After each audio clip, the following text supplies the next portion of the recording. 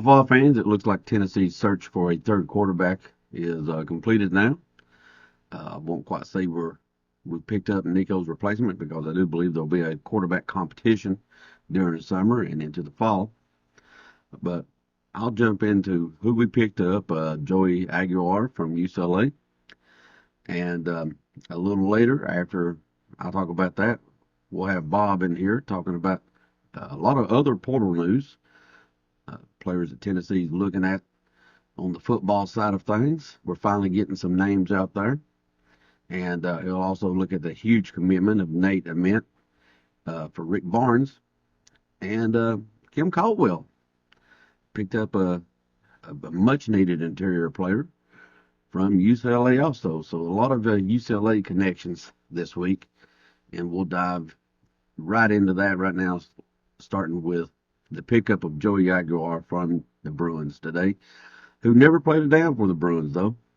Was picked up in the winter portal, come from Appalachian State, where he, I would say, had mixed success.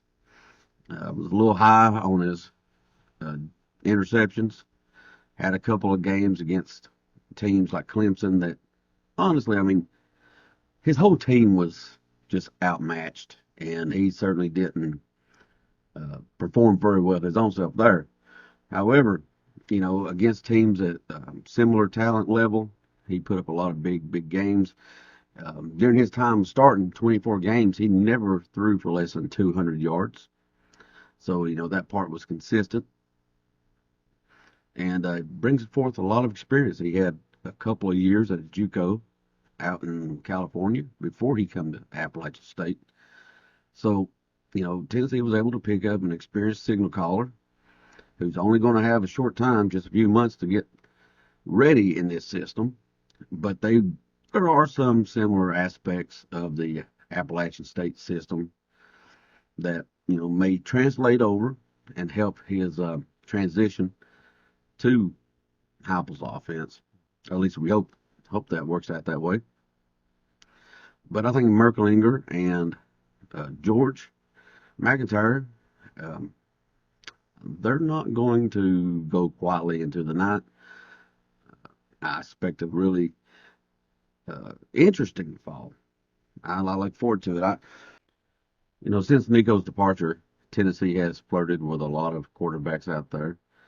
A lot of rumors they were connected to some guys. Now, I do believe they did offer, or at least approach a few guys with some loose details of what they would get.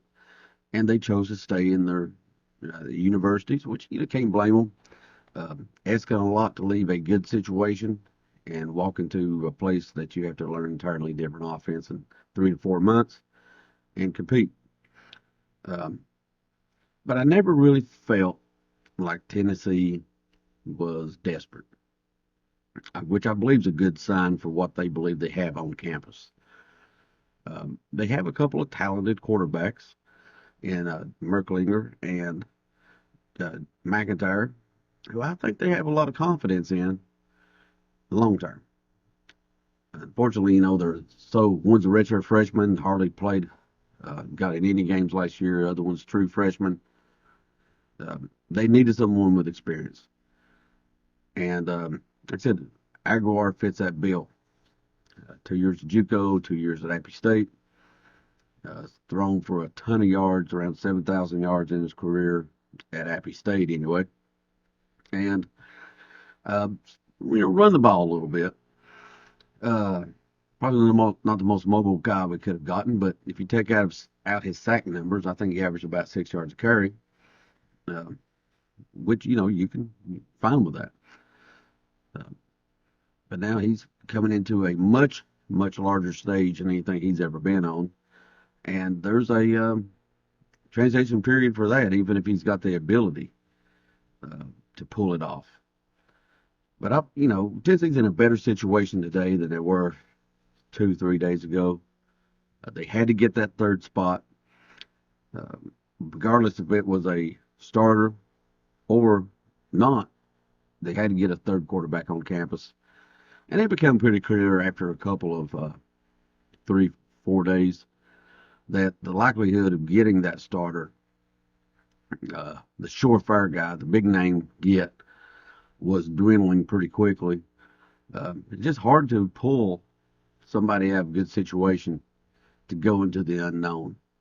Uh, but we did make a couple of guys, probably made them a little richer. They probably redone some of their deals, uh, which, I can't blame them. I would too. Somebody come courting me and I'm going to stay, make a few extra dollars while I'm doing it, more power to them.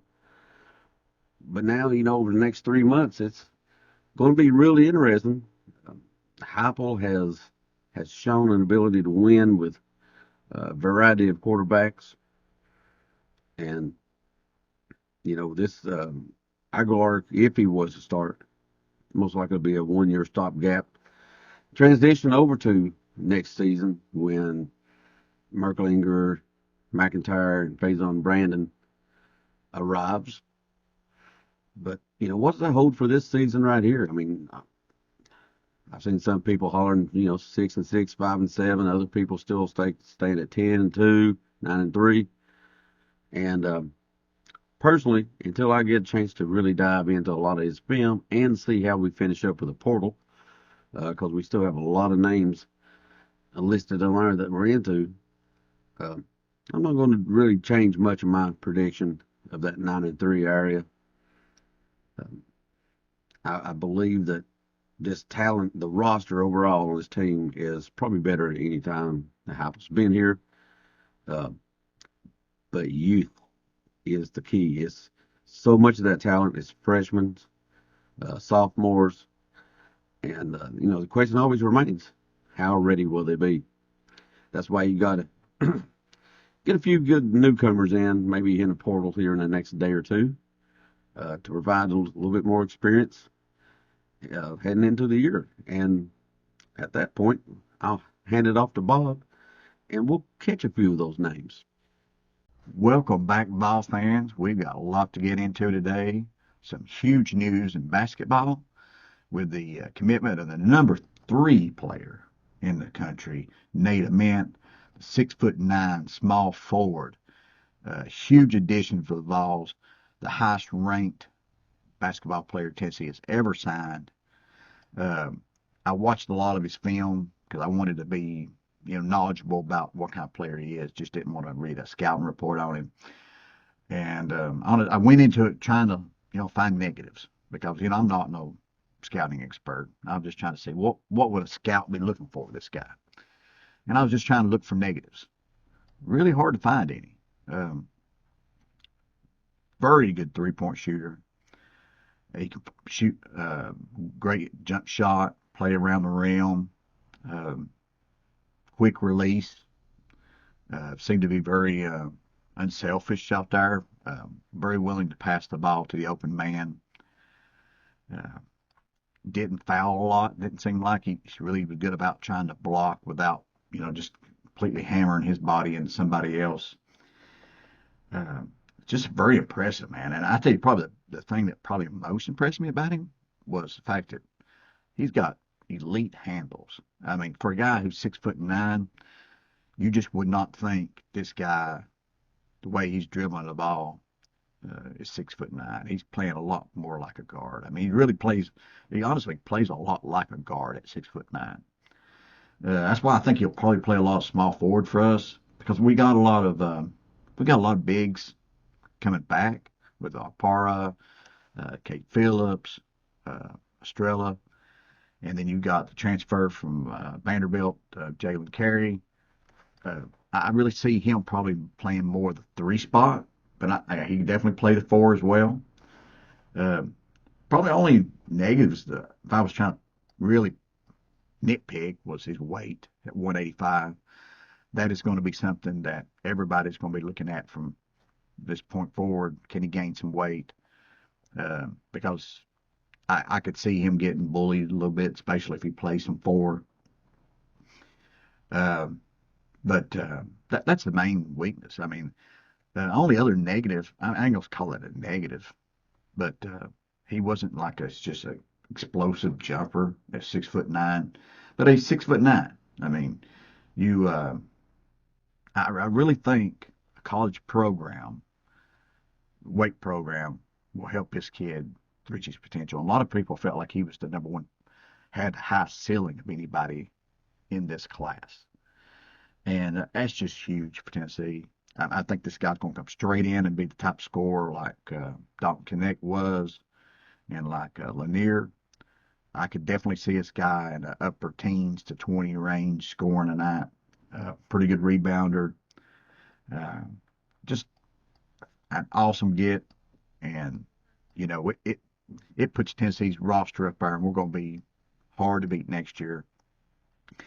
You know, some people, you know, I wanted to look up, see what other people thought from a comparison point of view. I've seen a lot of Michael Porter Jr. comparisons, maybe Cam Johnson, Beasley. There was one or two others I can't think of right now, but fantastic player, huge upside, and going to be fun to watch next year. As far as one other player I wanted to mention on that basketball team that we didn't really get to talk a whole lot about last time was Jalen Carey, the Vanderbilt transfer. He can post you up, which is something we needed last year and didn't have. But I think the thing about him that separates him is when you watch his film, he's just a guy. He's a glue guy. You know, makes me think back, you know, like a Dane Bradshaw kind of guy, a guy who's just you win with. He does the little things. He's going to make the blocks. I reckon the coaches were super excited about his blocking ability, screening ability. So it was probably the best in the conference. I know that don't get, you know, fans super excited, but that is it's winning basketball. You need players that's willing to do that kind of thing. That's how you get people like Ament open, you know. So that's a very good pickup there for us. Let's jump on over to football, and let's talk about wide receivers. There's been a couple offers there. Probably the one that's most exciting is probably Keelan Marion, BYU transfer. He was an All-American kick returner and did play some wide receiver. Now, I don't think neither one. There's another guy we were looking at too, wide receiver Trayshawn Hurry from San Jose State. I really don't view either one of these guys as elite kind of guys. These are guys going to come in and compete because we got pretty low numbers. I'm thinking we're going to grab probably one guy in the portal, could be two, but we'll see on that one. I would not doubt either one on that one. Get either one of those guys. Those are supposed to be coming in the next few days to get a look at. We got several defensive tackles that's coming in. Mason Nelson from Western Michigan, 6'3", 300. He's coming in. Joel Starlings from North Carolina, 6'4", 320. He's probably the most intriguing guy because he's got almost no stats. He was a 4-star guy. We recruited him out of high school. And but some other SEC teams are really after him, but he's really been hurt a lot. But I think he has a high upside.